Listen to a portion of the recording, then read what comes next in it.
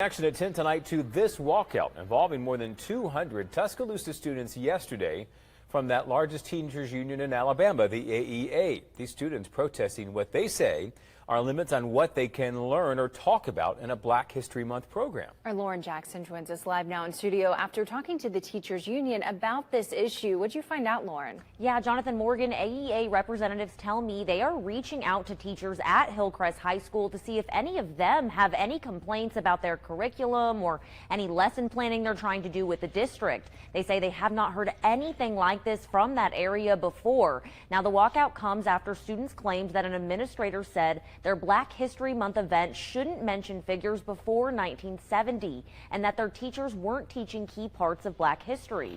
AEA reps tell me they have not heard any educators complain about this so far, but that state law requires teachers to teach everything in accordance with the state's course of study. The teachers create these lesson plans and the administrators can also see them.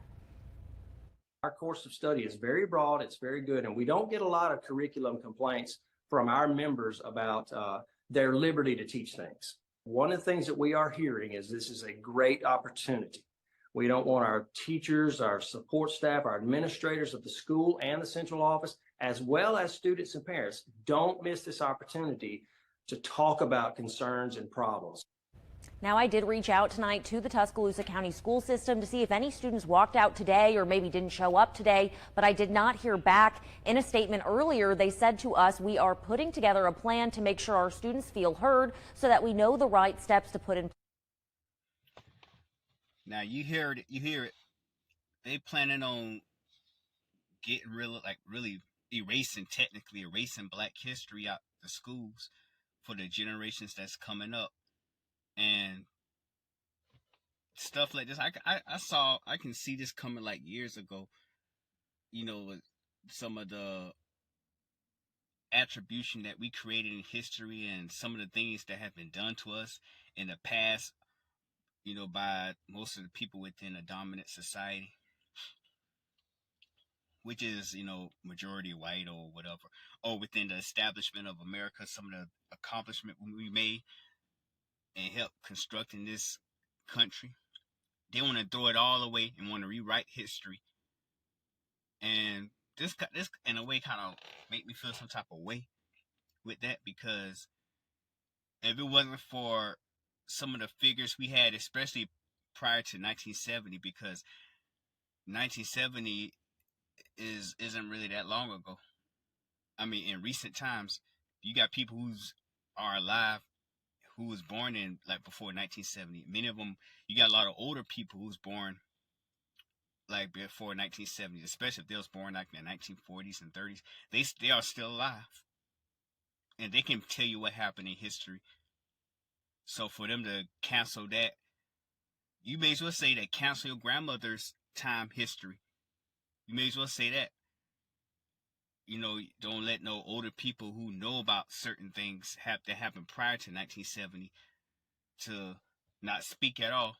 So you're trying to silence the teachers from, and also disinform the students, I guess, with lies of some of the stuff that went on back in the day. That means you're going to get rid of people like Dr. King. You're going to get rid of the civil rights movement, the bus boycott, Jim Crow, Reconstruction, slavery. You're going to get rid of all of that stuff that shaped this country to what it is today. Because, you know, I'm not saying name a person in particular, but collectively, white society is ashamed of the atrocities that took place in the past, of some of the stuff that they did to the Black community back then. And stuff like that need to be discussed heavily. My thing is, though, of course, you might have some of them say, they have nothing to do with their they don't have anything to do with what their ancestors have done in the past, which is true. They don't. You got nothing to do with it, but you came from a lineage of people who subjugate a certain group of people, and even though you didn't directly do it, you still benefit off of it. In fact, everybody in this country benefit off of the labor of black people backs. And you want to get rid of that in school.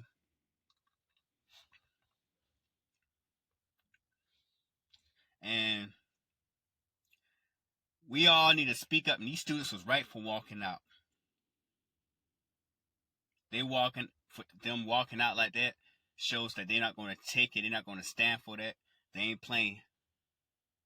Because you got to understand, you live in a generation where people can just Google history. But let's just say hypothetically that you have some students who don't really know anything about history. They don't Google as much. They don't know much about black history. Let's just say they're just some ignorant students. They just put out there. They just don't know much of anything. And a teacher said, okay, a student might have a question, or something happened prior to 1970. Oh, no, I say during 1970. Okay, where did black people come from? Like in this country, how did it get here? Well, we can't talk about that because, that's below 1970, and by law, we can't really talk about what happened in 1970. Excuse me, I got a little cold, so forgive me. Well, I can't really talk more about that.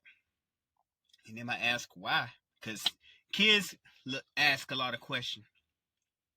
A lot of kids do.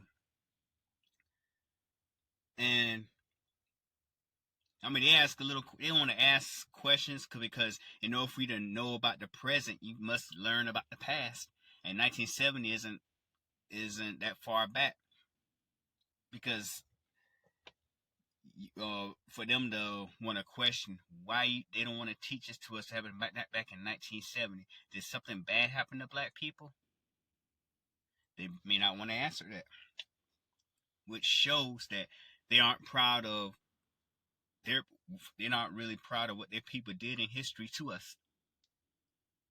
And people like Dr. Martin Luther King, he taught us the right way. He taught us how to navigate the boycott. When we face injustice in this country and most of our power lies in money, our spending power, Dr. King helped demonstrate that neither one of us ride a bus, like Montgomery bus boycott. And for over a year, black people didn't even step foot on a bus. And that plummeted the economy within the city of Alabama. Well, I think Montgomery, Alabama. Yeah, the city of Montgomery, Alabama, that plummeted. I mean, they lose a lot until they had to change some things up. So one of the importance of black history is that is us as people and just people in general, we don't repeat the same mistakes like our ancestor did or people within generations prior to us. And also, black history is good for black children because black children accomplish more when they know about themselves and the attributes of their people. Despite of the hardships, trials, and tribulation they went through, they still accomplished great things. People like Harriet Tubman, she accomplished, helped accomplish the Underground Railroad, navigate the slaves from point A to point B up to the north to basically set slaves free. You have people like Muhammad Ali, who stood his ground and don't want to be drafted in the war because he felt in this state of mind, he don't really have to be sent in the war to kill people when they got people who discriminate against them. It's all that. And also, they don't want to talk about the atrocious things that they did, like Jim Crow, like during Jim Crow, just like lynching. Just add lynching. You can add minstrel shows or having, like figurines of black people, or either draw pictures of black people in postcards, eating watermelon and certain things, even using black babies as alligators. They don't want to talk about that because that's disgusting. And even with some of these riots that took place within towns and how many black people was run out of their lands based off of racial hatred.